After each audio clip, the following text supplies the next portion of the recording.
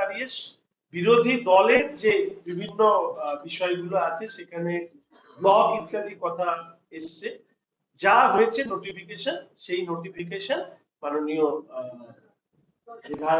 বিধানসভার সচিবের পক্ষ থেকে করা হয়েছে। বলছি যে তৃণমূল কংগ্রেস তো এখন দুটো ব্লকে বিভক্ত হয়েছে, একটা শোভনদেব চট্টোপাধ্যায় কুণাল ঘোষেরা রয়েছেন, অন্যদিকে ঋতব্রত বন্দ্যোপাধ্যায় তারা উপর তৃণমূল করছেন। এদের কি কোনোভাবে আপনারা যখন বক্তব্য রাখতে দেবেন বিরোধী দলে, এদের ব্যাপারে কোনো ভাবনা চিন্তা আপনাদের? দেখুন, এই মুহূর্তে প্রাথমিক ছিল আমাদের সর্বদলীয় বৈঠক। ইতিমধ্যেই এলওপি হিসেবে মাননীয় সদস্যকে তাকে মনোনীত করা হয়েছে। ফলে স্বাভাবিকভাবে তিনি এবং তার দল তাদের যা এই আলোচনায় অংশগ্রহণ করবার জন্য বিরোধী দল হিসাবে তারা যে সময় পাবেন নিশ্চিতভাবে পাবেন। এর বাইরে এরকম তো অনেক সময় হয়েছে যে কেউ কেউ তারা আলাদাভাবে ব্যক্তিগতভাবে তারা সময় চেয়েছেন স্পিকার মহোদয়ের কাছে। সেক্ষেত্রে এক দুটো ক্ষেত্রে আমি দেখেছি স্পিকার মহোদয় তাদের জন্য টাইম অ্যালট করেছেন, সেটা স্পিকারের প্রেরোগেটিভ হিসাবে। এবং সেক্ষেত্রেও আপনাদের মনে আছে যে একই দলের মধ্য থেকে তিনি সময় ভেঙে অন্যদেরকে দিয়েছেন, ফলে সামনে স্পিকার মহোদয় তিনি যে সিদ্ধান্ত নেবেন সেটা মূলত চিফ হুইপ যে কত সময় পাবে, বিরোধীরা 50% সময় পাবে, শাসক দল 50% সুযোগ পাবে, এটা মূলত চিফ হুইপ করে। এক্ষেত্রেও কি সেই একই? মূলত আমরা চেষ্টা করব যা সংসদীয় গণতন্ত্রকে শক্তিশালী করে সেই ব্যবস্থার সাথে আমাদের সরকার, আমাদের পরিষদীয় দল চলবে। সরকারি দলের চিফ হুইপ ঘোষণা হওয়ার পরে নিশ্চিতভাবে তিনি এই বিষয়ে আপনাদের সামনে আলোচনা করবেন। আপনারা কি সরকারি দলের মুখ্য সচেতন কে হবেন এখন স্থির করতে পেরেছেন? দেখুন, এটা দলীয় সিদ্ধান্ত হয়। আমি আশা রাখি 18 তারিখের বিধানসভার অধিবেশন শুরু হওয়ার আগেই এটা আপনারা জেনে যাবেন, এবং জানবার পরে স্বাভাবিকভাবেই তার যে দায়িত্ব, চিফ হুইপের যে দায়িত্ব, সময় বর্তন ইত্যাদি, তিনি সেই কাজ করবেন।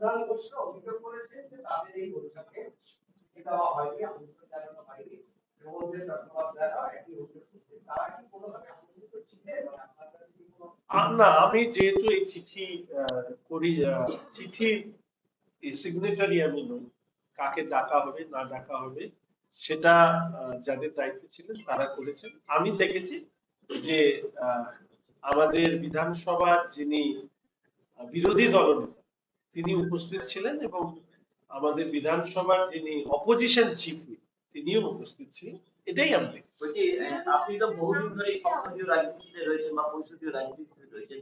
একটি ব্লকে 65 জন, সেই দল জিতেছিল 80 জন, বাকি যারা রয়েছেন 14 জন বা 15 জন, তাদের বিধানসভায় তাদের ভূমিকা কি হবে? বিধানসভায় তাদের ভূমিকাকে আমি ঠিক করে দেব। সংসদীয় পরিসরের মধ্যে যেটা বিরোধী দলের নির্বাচিত সদস্য হিসেবে যারা নির্বাচিত হয়েছেন তারা তাদের ভূমিকা পালন করবে। আমরা শাসক দল হিসেবে বিরোধীদেরকে ঠিক করে দেব না তারা তাদের ভূমিকা কিভাবে পালন করবে।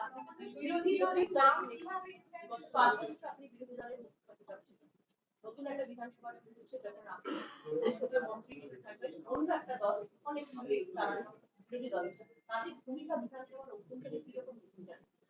আমি তো এর আগেও বলেছি, আজও বলি যে গণতন্ত্রে শাসক এবং বিরোধী তাদের নিজস্ব ক্ষেত্র আছে। অনেকেই আমাকে প্রশ্ন করতেন যে বিধায়ক হিসেবে আপনি কি কাজ করেছেন। আমি তখনও যে কথাটা বলতাম, আজকে খুশি হলাম এই প্রশ্নটি শুনে। বিধায়করা নির্বাচিত হন মূলত আইনসভায় আইন প্রণয়ন করবার জন্য, শাসক হন বিরোধী হন। শাসকরা সংখ্যাধিক্যের কারণে আইনসভায় আইন প্রণয়ন করবার ক্ষেত্রে তাদের ভূমিকা গুরুত্বপূর্ণ, কিন্তু বিরোধী দলের বিধায়ক হিসাবে সেই আইন নিয়ে কোন ধরনের বিষয় যদি থাকে যেটা সাধারণ মানুষ তুলে ধরতে চান, সেই কাজটা কিন্তু বিরোধী দলের বিধায়করা করে। বিরোধী দলের বিধায়কদের কাজই হচ্ছে শাসকের যে বিভিন্ন আইন ইত্যাদি আলোচনা সেখানে তাদের মতামত রাখা, এটা আগে আমরা আমাদের মতন করে করবার চেষ্টা করেছি এবং করতে গিয়ে এই বিধানসভায় মার খেয়েছি, হসপিটালে ভর্তি হয়েছি, চশমা ভেঙেছে। আমি তৎকালীন স্পিকার মহোদয়কে বলেছিলাম যে আমার চশমাটা একটু ঠিকঠাক করে দিতে পারবেন কিনা। যাই হোক, তো আমি এটুকু নিশ্চিত করতে পারি পরিষদীয় দলের পক্ষ থেকে যে বিধানসভায় বিরোধীরা আর যাই হোক সরকারকে তাদের মতামত জানানোর জন্য তাদের বিধানসভার অভ্যন্তরে বা বিধানসভার ক্ষেত্রে তাদেরকে অন্তত প্রয়োজিত হতে হবে। আজকে প্রাক্তন মুখ্যমন্ত্রী Luxentra designed my modular kitchen. and my walk-in wardrobe. Meet our designer today at Luxentra Siliguri. আঠাশ কিছু অসুবিধে কনস্ট্রেন্ট থাকার জন্য আমাদের এই বাজেট অধিবেশন আরো বাজেটের উপরে ডিসকাশন আরো একটু বৃদ্ধি করবার ভাবনা চিন্তা ছিল, কিন্তু কিছু কনস্ট্রেন্ট, কিছু ধর্মীয়, কিছু স্বাভাবিক নিয়মিত ছুটি ইত্যাদির কারণে আমরা সর্বোচ্চ 10 ঘন্টা আমরা দুদিনে বাজেটের উপরে আলোচনার জন্য বরাদ্দ করা হয়েছে বিএ কমিটির সবার মধ্যে দিয়ে। এবার আমরা আবার হাউস এরপরে স্বাভাবিকভাবে দীর্ঘদিন ধরে নির্বাচিত জনপ্রতিনিধিরা এই সময়কালে বাইরে রয়েছেন বলে আমরা কিছুটা সময় বিধানসভার বিধায়করা তারা তাদের বিধানসভা ক্ষেত্রে যাবেন এই ভাবনা থেকেই আমরা মাঝখানে কিছুটা সময় রেখে দ্বিতীয় পর্বে বিধানসভা বসবে 6 জুলাই থেকে। 6 জুলাই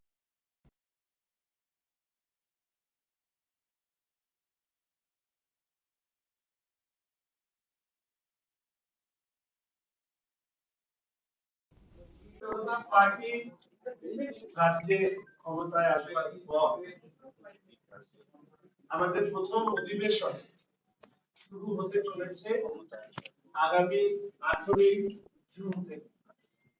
এই অধিবেশনকে সামনে রেখে আজকে প্রথমে সর্বদলীয় বৈঠক এবং পরবর্তীকালে বিএ কমিটির মিটিং অনুষ্ঠিত হয়। বিগত দিনে আমরা দেখেছি যে তৎকালীন শাসক বিরোধীদের কণ্ঠস্বর রোধ করবার ক্ষেত্রে বিধানসভার ক্ষেত্র যা সাধারণভাবে বলা হয় যে বিধানসভা আসলে বিরোধীদের জন্য, সেখানে আমাদের মাননীয় মুখ্যমন্ত্রী, বর্তমান মুখ্যমন্ত্রী শ্রী শুভেন্দু অধিকারী মহাশয়কে আমার স্মৃতি যদি ভুল না বলে প্রায় 9 বারের বেশি সাসপেন্ড করা হয়। আমিও ব্যক্তিগতভাবে প্রায় 8 বারের কাছাকাছি আমাকেও সহ আরো বিভিন্ন ভারতীয় জনতা পার্টির পরিষদীয় দলের সদস্যদেরকে বারংবার সদন থেকে বহিষ্কৃত করা হয়। সেই কালো অধ্যায় পেরিয়ে আমরা একটা নতুন বিধানসভা পশ্চিমবঙ্গের মানুষকে উপহার দিতে চাই, যেখানে বর্তমান পার্টি ইন পাওয়ার শাসক দল তারা বিরোধীদের জন্য ক্ষেত্র প্রস্তুত করে দেবেন যাতে বিরোধীরা তাদের মতামত রাখতে পারে। এক্ষেত্রে উদাহরণস্বরূপ লিডিং ফ্রম দ্য ফ্রন্ট মাননীয় মুখ্যমন্ত্রী শ্রী শুভেন্দু অধিকারী মহাশয়, আপনারা জানেন যে তার প্রথম প্রশাসনিক বৈঠক থেকে বিরোধী দলের নির্বাচিত জনপ্রতিনিধিদেরকে প্রশাসনিক বৈঠকে ডাকবার মধ্যে দিয়ে এই বার্তা দিয়েছেন যে বিরোধীদের যে সম্মান গণতন্ত্রে আছে সেই সম্মানকে ন্যায়সঙ্গত ভাবে তাকে প্রতিষ্ঠা করবার কাজ ভারতীয় জনতা পার্টি, পার্টি ইন পাওয়ার শাসক দল করবে। পরিষদীয় দল মাননীয় মুখ্যমন্ত্রীর দৃষ্টিভঙ্গির সাথে সহমত পোষণ করেই আমরা এগোতে চাই এবং আজকে মাননীয় স্পিকার মহোদয়, সম্মানীয় শ্রী রথীন্দ্র বোস মহাশয়ের উপস্থিতিতে আমাদের সর্বদলীয় বৈঠক অনুষ্ঠিত হয়। 17তম যে বিধানসভা, সেখানে আমরা দেখেছি যে পরিষদীয় সর্বদলীয় যে বৈঠক হতো, দুটোই দল ছিল, সাথে আইএসএফ ছিল। ভারতীয় জনতা পার্টি নীতিগত কারণে তারা সর্বদলীয় বৈঠক এবং বিএ কমিটির বৈঠক আমরা বহিষ্কার করেছিলাম। কিন্তু সেখানে আইএসএফ এর নির্বাচিত বিধায়ক থাকা সত্ত্বেও, শ্রী নৌশাদ সিদ্দিকী থাকা সত্ত্বেও তাকে কখনো ডাকা হয়নি। 18th লেজিসলেটিভ অ্যাসেম্বলির প্রথম সর্বদলীয় বৈঠকে প্রত্যেকটি রাজনৈতিক দলের সদস্যরা উপস্থিত ছিলেন। জেইউপি, আইএসএফ, আইএনসি, সিপিআইএম প্রত্যেকটি রাজনৈতিক দলের প্রতিনিধিদের উপস্থিতিতে প্রথম সর্বদলীয় বৈঠক আমরা সম্পন্ন করি। সেখানে প্রত্যেকটি রাজনৈতিক দলের নেতৃত্বের বক্তব্য সেখানে শোনা হয় মাননীয় স্পিকার সাহেবের উপস্থিতিতে, এবং পরিষদীয় দলের পক্ষ থেকে আমরা আমাদের বক্তব্য সেখানে তুলে ধরা হয়। পরবর্তীকালে বিজনেস অ্যাডভাইসরি কমিটির মিটিং অনুষ্ঠিত হয় এবং এই বিজনেস অ্যাডভাইসরি কমিটির মিটিং এ যে প্রস্তাবনা গৃহীত হয়, আগামী 18 তারিখ সকাল 11টা থেকে মাননীয় রাজ্যপালের ভাষণের মধ্যে দিয়ে আমাদের এই বিধানসভার যে অধিবেশন সেটা শুরু হবে। 19 তারিখ অবিচুয়ারি রেফারেন্সেস অর্থাৎ শোক প্রস্তাব ইত্যাদি সেটা গ্রহণ করা হবে। 22 তারিখে আমাদের বাজেট আমাদের সদনে প্লেস করা হবে, বিধানসভায় প্লেস করা হবে। 23 তারিখে গভর্নরস অ্যাড্রেসের উপরে রাজ্যপালের বক্তব্যের উপরে দাঁড়িয়ে এটাও নোট করবেন যে 6 ঘন্টা আলোচনার জন্য আমরা রেখেছি। আপনাদের মনে আছে এর আগের বারের অভিজ্ঞতা, গভর্নরস অ্যাড্রেসের উপরে প্রায় কোনো কথাই বলা হয়নি। আমার এখন সবটা মনে না আসলেও মাননীয় বিরোধী দলনেতা আজকের মুখ্যমন্ত্রী শ্রী শুভেন্দু অধিকারী মহাশয় আর আমি হয়তো কিছুটা বক্তব্য রেখেছিলাম, আর বাদ বাকি সমস্তটাই মুখ্যমন্ত্রী বক্তব্য রেখেছিলেন। আমরা বলেছি যে বিগত দিনে যে অন্যায়, যে অনৈতিকতা শাসক তার সদন পরিচালনা করতে, বিধানসভা পরিচালনা করতে নিয়েছিল, আমরা তার বিপরীত পথ নিতে চাই। তার প্রথম উদাহরণ হচ্ছে, 1, সর্বদলীয় বৈঠকে সমস্ত রাজনৈতিক দলের উপস্থিতি। 2, রাজ্যপালের ভাষণের উপরে 6 ঘন্টা আলোচনার পরিসর আমরা রেখেছি। 24 তারিখে আমরা বাজেট ডিসকাশন করব। 24 তারিখে এই বাজেট ডিসকাশনে 5 ঘন্টা আলোচনা রাখা হয়েছে এবং 25 তারিখে বাজেট ডিসকাশনের উপরে আবার 5 ঘন্টা রাখা হয়েছে। এই দুদিন আমরা বাজেট ডিসকাশনের জন্য সর্বমোট 10 ঘন্টা আমরা আমাদের এই বিএ কমিটির সভাতে বরাদ্দকৃত হয়েছে। सपने पहले कागज पर बनते हैं, फिर कंक्रीट और स्टील में ढलते हैं। हर नक्शा एक नई उम्मीद जगाता है।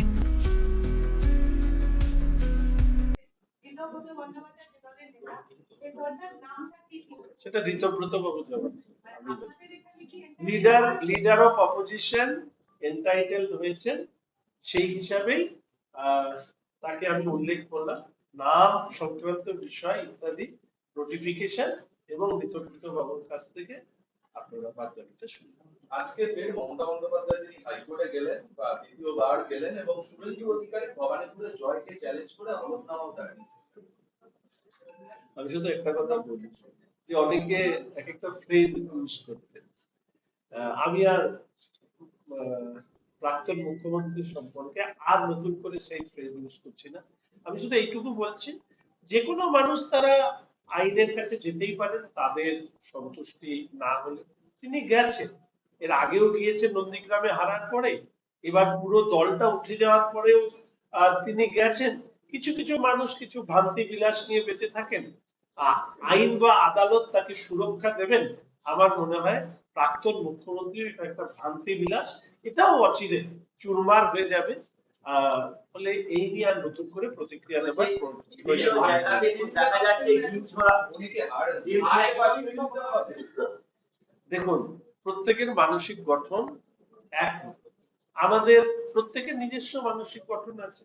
ওনার মানসিক গঠন হচ্ছে যে সততার প্রতীকের কি বলে মোড়কে এসে দুর্নীতির মূর্ত প্রতীক হিসাবে প্রতিষ্ঠা করেছিলেন। ফলে স্বাভাবিকভাবে উনি কি মানতে পারছেন কি মানতে পারছেন না, এই মুহূর্তে মনে হয় পশ্চিমবঙ্গের মানুষ আর জানতে আগ্রহী না। কেন্দ্রীয় স্বরাষ্ট্রমন্ত্রী অমিত শাহ চিঠি লিখলেন দমদমের বর্ষিয়ান সাংসদ সৌগত রায় কুণাল ঘোষের উপরে টিন ছোড়ার ঘটনা। এই ব্যাপারে তো ওই শব্দটা আবার বলতে হয়, আইন আইনের পথে চলবে। আর ব্যক্তিগতভাবে আমি মনে করি যে রাজনীতিতে কোন ধরনের হিংসা আমি ব্যক্তিগত স্তরে আমি মনে করি সেটা কাম্য নয়। নাগরাকাটাতে মৃত্যুর মুখে পড়বার পরেও টুইটার থেকে শুরু করে বিভিন্ন জায়গায় খুনের হুমকি দেওয়া সত্ত্বেও আজ পর্যন্ত শাসক হিসেবে বা পার্টি পাওয়ার রাজ্যে ক্ষমতায় আসার পরে কোথাও আমি আজ পর্যন্ত বলিনি যে যারা এই কাজগুলো করেছেন তাদেরকে ঠিক একইভাবে জবাব দিতে হবে।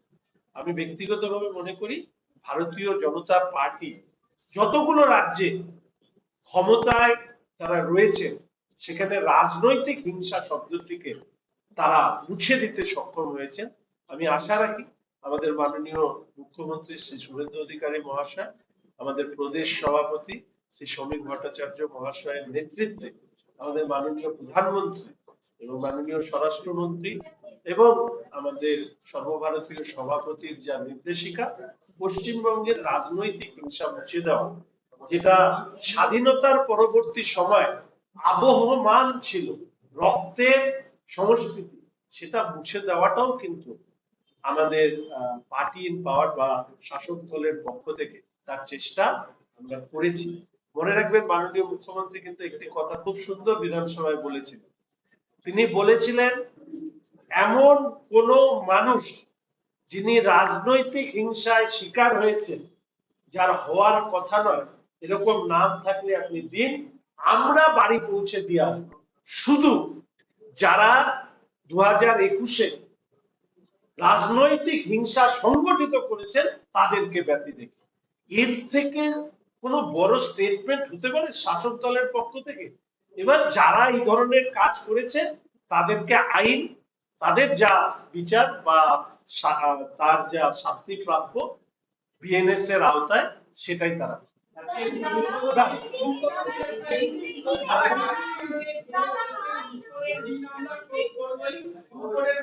আমাদেরকে যেভাবে পাশে দাঁড়িয়েছে ডেভেলপমেন্টের কাজে, যার প্রতিশ্রুতি অনেকটা বৃদ্ধি করা হবে।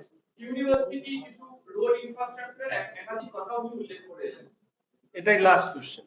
প্রথমত আমি বলি, যখন মাননীয় স্বরাষ্ট্রমন্ত্রী শ্রী অমিত শাহ মহাশয় তিনি সংকল্প পত্র প্রকাশ করছেন ভারতীয় জনতা পার্টির নির্বাচনের আগে, সেই সময় আমি সাংবাদিক সম্মেলন করতে গিয়ে বলেছিলাম যে হয়তো আমি আমার অনুভূতি দিয়ে বোঝাতে পারবো না, কিন্তু পশ্চিমবঙ্গের উত্তর প্রান্তের একজন বিধায়ক হিসাবে গত 5 বছর অর্থাৎ 21 থেকে 26 নির্বাচনের আগে অবধি যা যা ভাবনা, চাহিদা, উত্তরের মানুষের প্রত্যাশা তুলে ধরবার চেষ্টা করেছিলাম, বিধানসভার ভেতরে বিধানসভার বাইরে উত্তরের বিধায়করা, জনপ্রতিনিধিরা তাই সংকলিত হয়েছে সংকল্প পত্রে। Now this is the right time to execute all the documented aspiration of North Bengal. AIIMS হোক, IIT হোক, আমাদের ইন্ডিয়ান ইনস্টিটিউট অফ ম্যানেজমেন্ট হোক, ফ্যাশন ইউনিভার্সিটি হোক, স্টেডিয়াম হোক, আমাদের ক্যান্সার হসপিটাল হোক, আমাদের এমপ্লয়মেন্ট জেনারেশন হোক, চা বাগানকে নতুন দিশা দেওয়া হোক, আমাদের পর্যটনের ক্ষেত্রকে আরো বিস্তৃত পরিধিতে নিয়ে যাওয়া হোক। এবার ওই যে বলেছে না, কথা কম কাজ বেশি, উইল এক্সিকিউট। এবং আগামী 2031-এ আমি মানুষকে বলবো আমাদের সংকল্প পত্রের সাথে ভারতীয় জনতা পার্টির কাজকে মিলিয়ে দেওয়ার জন্য।